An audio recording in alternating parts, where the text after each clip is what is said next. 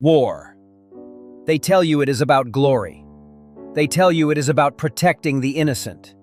We stand in front of the white headstones at Arlington National Cemetery. We salute the flag. We cry during the national anthem. And we believe the story. We believe that every time a young American soldier dies on foreign soil, it is to protect our freedom back home. But today, I am going to ask you to do something difficult. I want you to put down the flag and pick up the calculator. Because if you want to understand why your son was sent to Iraq, or why your tax dollars are disappearing into a black hole, you have to stop listening to the speeches, and you have to start looking at the ledger. Here is the brutal truth that the news will never tell you. War is not a charity.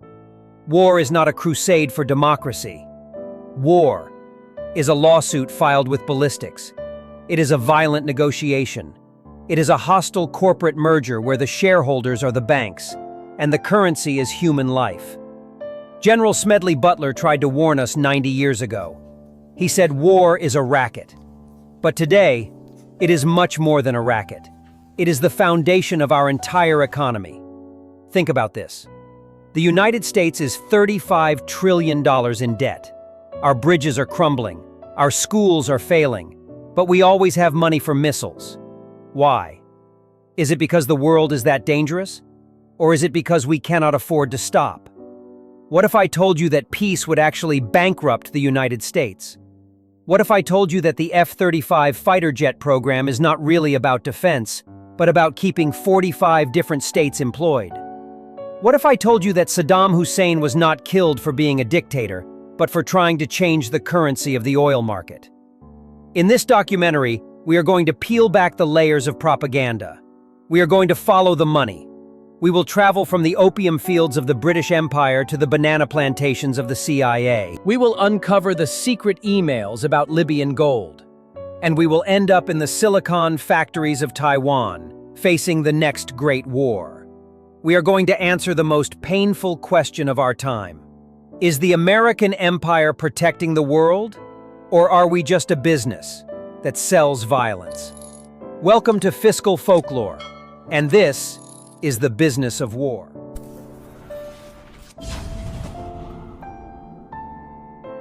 To understand the modern American war machine, we have to go back in time. We have to look at the master, the teacher, the British Empire. In the 1800s, Great Britain was the ruler of the waves. The sun never set on their flag. But they had a massive economic problem, a crisis that threatened to destroy their entire economy.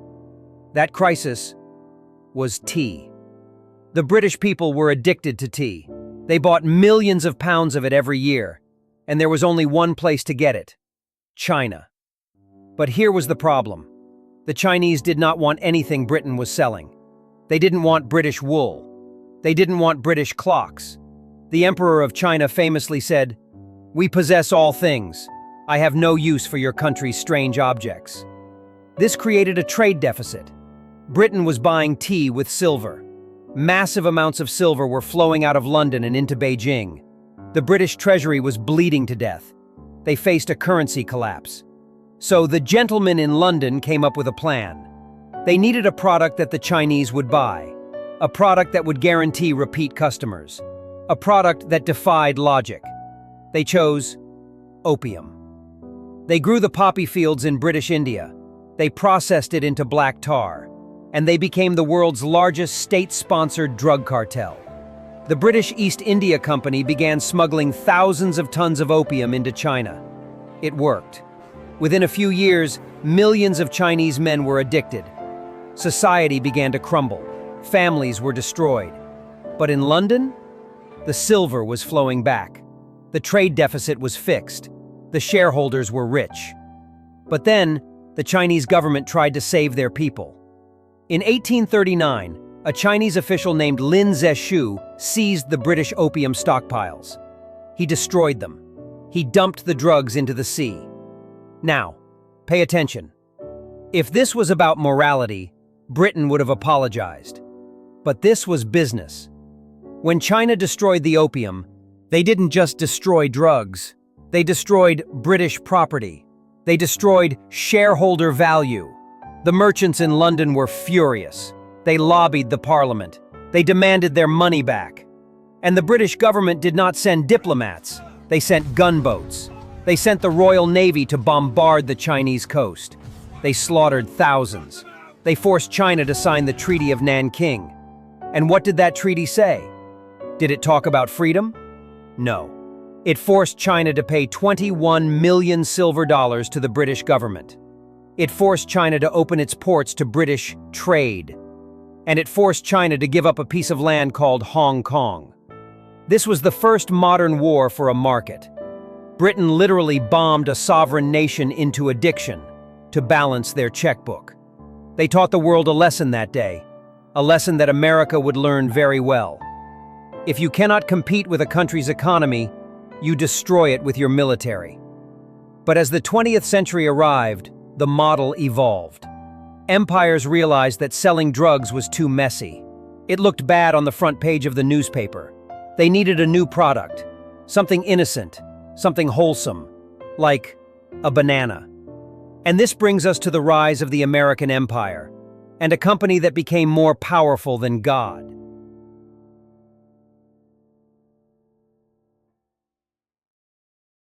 Let's move from the 19th century to the 20th. Let's look at your breakfast table. There sits a banana. It is yellow, it is sweet, it is cheap.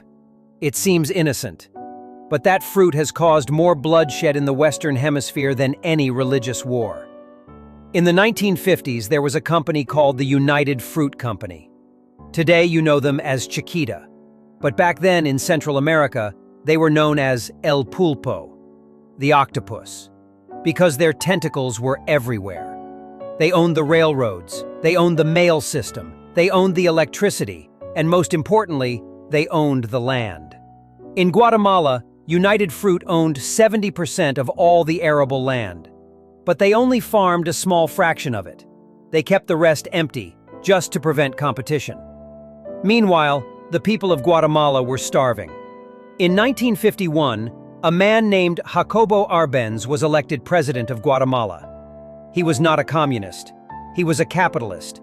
He wanted his people to own land, to farm, to buy things. He wanted to create a middle class. So he passed a law, Decree 900. The government would buy the unused land from United Fruit and give it to the farmers. Now here is the business genius of it. How much would the government pay for the land? President Arbenz said, "We will pay you exactly what you declared the land was worth on your tax returns." United Fruit was trapped. For decades, they had lied to the taxman. They undervalued their land to pay zero taxes. Now the president was using their own lie against them. He offered them the low price they claimed it was worth. From a business standpoint, it was fair. But United Fruit did not play by the rules. They called Washington. But they didn't just call the government, they called their friends. And this is where the business of war gets dirty. At that time, the Secretary of State was a man named John Foster Dulles. The director of the CIA was his brother, Allen Dulles. And what did these two powerful brothers have in common? Before they worked for the government, they were both lawyers. For the United Fruit Company. They were literally on the payroll. They owned stock in the company. This was not a conspiracy theory. It was a conflict of interest so large you could see it from space. The Dulles brothers went to President Eisenhower. They didn't tell him about the land prices. They didn't tell him about the tax fraud. They told him that Guatemala had gone communist. They hired a man named Edward Bernays, the father of modern propaganda, Sigmund Freud's nephew. Bernays launched a massive marketing campaign. He didn't sell bananas, he sold fear. He planted fake news stories in the New York Times. He convinced the American public that if we didn't stop Arbenz, Soviet tanks would be rolling through Texas.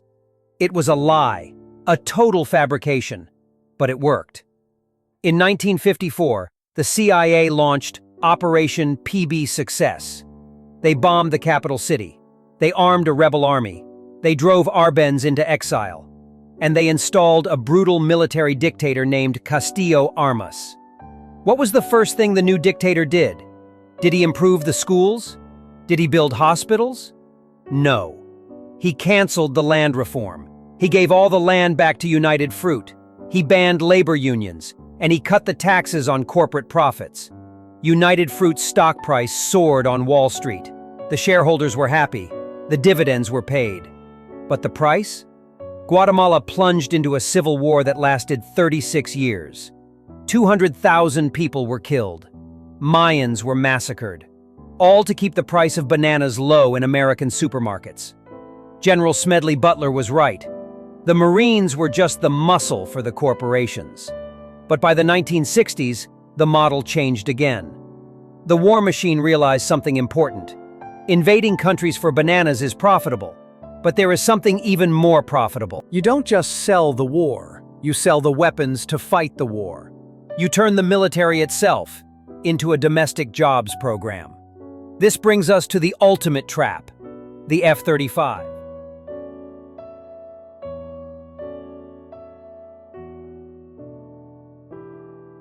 In 1961, President Dwight D. Eisenhower gave his final speech to the nation. He was a 5-star general, a war hero. He knew the smell of gunpowder, but he didn't warn us about communism. He didn't warn us about nuclear war. He warned us about us. He warned us about the military-industrial complex. He feared a day when the weapons industry would become so powerful, it would dictate the policy of the government. General Eisenhower was right, but even he underestimated the scale of the beast. Today, the beast has a name.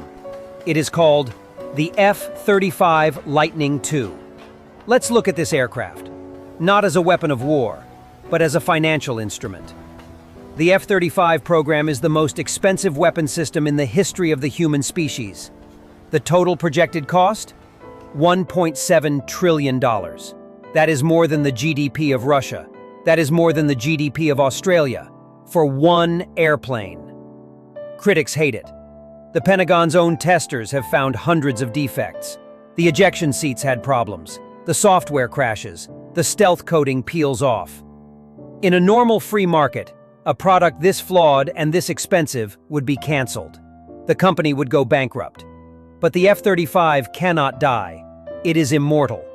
Why? Because Lockheed Martin, the manufacturer, did something brilliant. Something evil, but brilliant. They engaged in political engineering. They didn't just design a plane to fly over enemies. They designed a supply chain to conquer the U.S. Congress. Lockheed Martin deliberately split the manufacturing of the F-35 parts across 45 different U.S. states. Think about that. 45 states. That means almost every single senator in Washington, D.C. has a factory in their state that makes a piece of this jet. In California, they make the radar. In Texas, they build the wings. In Georgia, they assemble the fuselage. In New Hampshire, they make the electronics. This creates a job trap. Imagine you are a senator. You want to cut government waste. You look at the budget. You see the F-35 is losing billions. You want to vote to cancel it. But then, your phone rings. It is the factory owner in your district. It is the union leader. They tell you, Senator, if you cancel this jet, 3,000 people in your town will lose their jobs next week. Those 3,000 people are voters. If you kill the jet, you kill your own career. So, what do?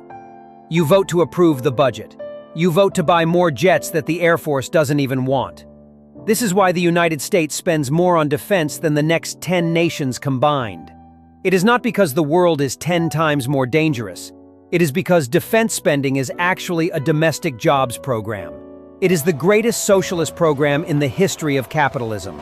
We take tax money, and we give it to corporations to employ workers, to build things that we hope we never have to use. And it gets worse. It is not just about the workers. It is about the revolving door. Who decides which weapons we buy? The generals at the Pentagon. Who sells the weapons? The defense contractors like Boeing, Raytheon, and Lockheed. What happens when a general retires? Does he go play golf? Does he go fishing? No. 80% of retiring 3- and 4-star generals go to work as lobbyists or board members for defense companies. The very companies they were buying weapons from just a month ago. They get paid millions of dollars to use their old phone contacts to sell new missiles to their old friends. It is a closed loop, a perfect circle of money. In the military, they have a slang term for this. They call it a self-licking ice cream cone. It is a system that exists only to feed itself. It creates a threat to justify the weapon. Then it builds the weapon to fight the threat. Then the weapon creates a new threat, and the money keeps flowing. But there is a catch. To justify a trillion-dollar military, You cannot have peace. Peace is bad for business. Peace creates a recession. Peace makes the stock price of Lockheed Martin go down. So, the beast is always hungry. It needs a conflict. It needs a reason to exist. Sometimes that reason is a terrorist in a cave. Sometimes it is a dictator in the desert. But usually, the reason is simpler. The reason is the dollar itself. Because the only thing more powerful than a Tomahawk missile is the US dollar. And if anyone dares to threaten the dollar, then the ice cream cone stops licking itself, and it starts shooting. Let's talk about Saddam Hussein, and the real reason he had to die.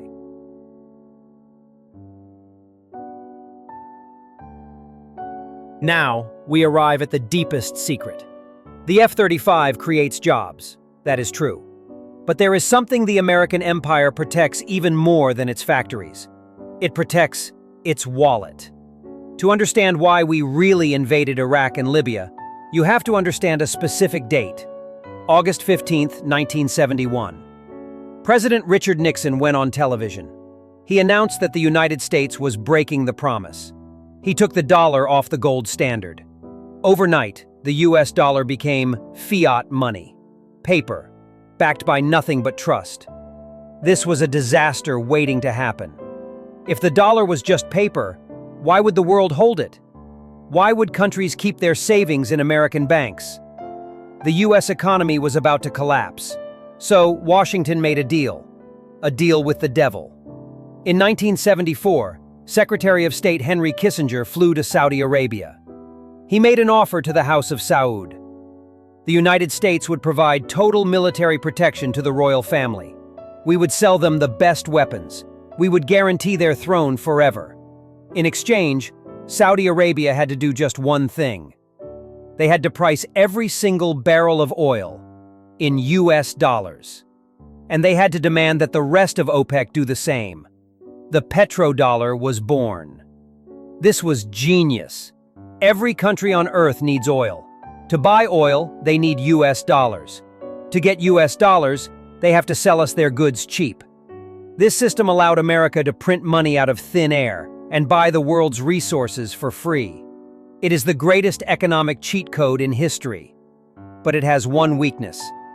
If anyone tries to sell oil in a different currency, the system breaks. If the petrodollar dies, the US economy dies. Hyperinflation would destroy America in a month. So the US military became the bodyguard for the US dollar. Fast forward to the year 2000. Saddam Hussein. He was a bad man. But that is not why we killed him. We supported him for decades when he was killing people. We turned on him when he committed the ultimate financial crime.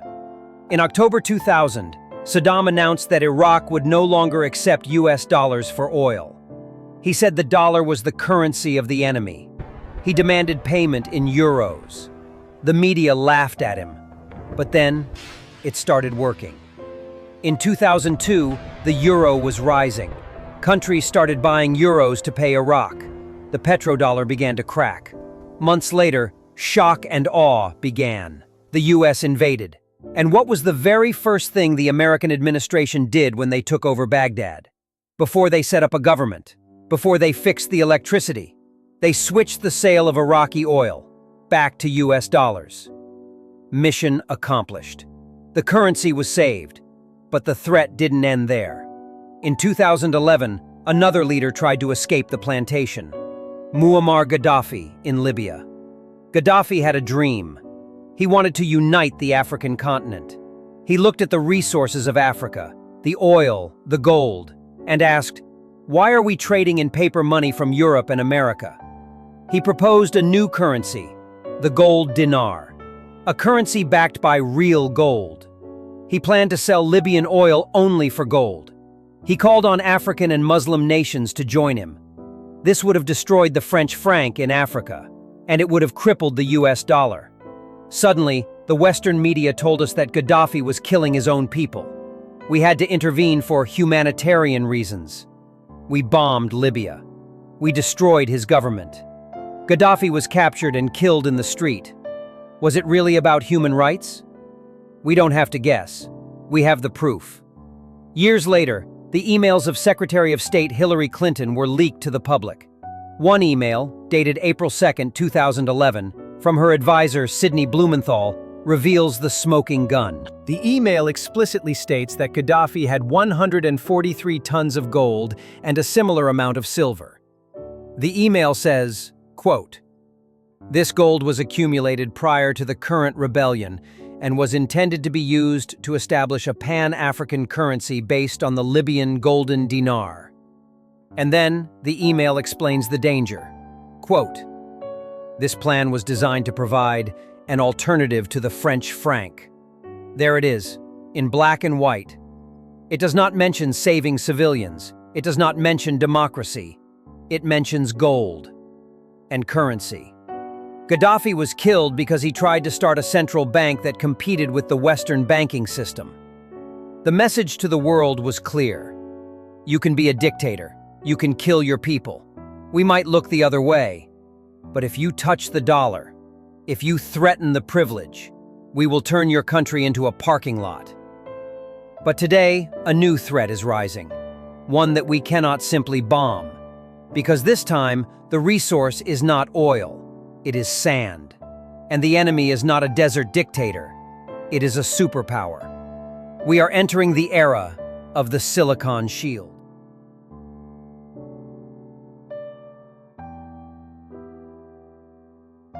Oil is the energy of the 20th century, but we are living in the 21st, and the new oil is sand. Specifically, the silicon microchips made from sand. Look at your phone. Look at your car. Look at the guidance system of that F-35 fighter jet we just talked about. None of them work without advanced semiconductors. If you control the oil, you control the economy. But if you control the chips, you control the future. And this brings us to the most dangerous place on Earth, a small island called Taiwan. Why is America willing to risk a nuclear war with China over this island? Is it because we love democracy? Is it because we love the Taiwanese people? Let's look at the ledger again. There is a single company in Taiwan called TSMC, Taiwan Semiconductor Manufacturing Company. This one building produces 90% of the world's most advanced microchips. 90%. Think about that monopoly. If that factory stops running, the global economy does not just slow down, it stops. Apple cannot make iPhones, Amazon cannot run its servers, and the US military cannot build its missiles. This has created a concept known as the Silicon Shield. Taiwan believes that because they are so important to the supply chain, America has no choice but to protect them. They are right. But there is a dark side to this protection. In the business of war, you never let a strategic asset fall into enemy hands. Military strategists in Washington have already discussed the scorched earth option. If China invades Taiwan, and it looks like they might win, the United States might not save the factory. We might bomb it ourselves. We would rather destroy the world's chip supply than let China control it. Just like the British burned the Summer Palace. Just like the CIA burned the land reform in Guatemala. It is strictly business. This is the terrifying reality of our modern world. We have moved from fighting for spices, to fighting for fruit, to fighting for oil, to fighting for sand. The resources change, but the model remains the same. The military-industrial complex needs a reason to justify its budget. It needs a grand enemy. For 20 years, the enemy was terrorism. It was vague. It was everywhere. It was profitable. But now, the war on terror is over. The forever war in the Middle East has wound down. Lockheed Martin and Raytheon need a new revenue stream. They need a new narrative to sell to the taxpayer. And great power competition with China is the perfect product. It requires more ships, more planes, more expensive technology. It guarantees that the factories in those 45 states will keep running for another 50 years. But this time, the stakes are not just inflation. The stakes are extinction.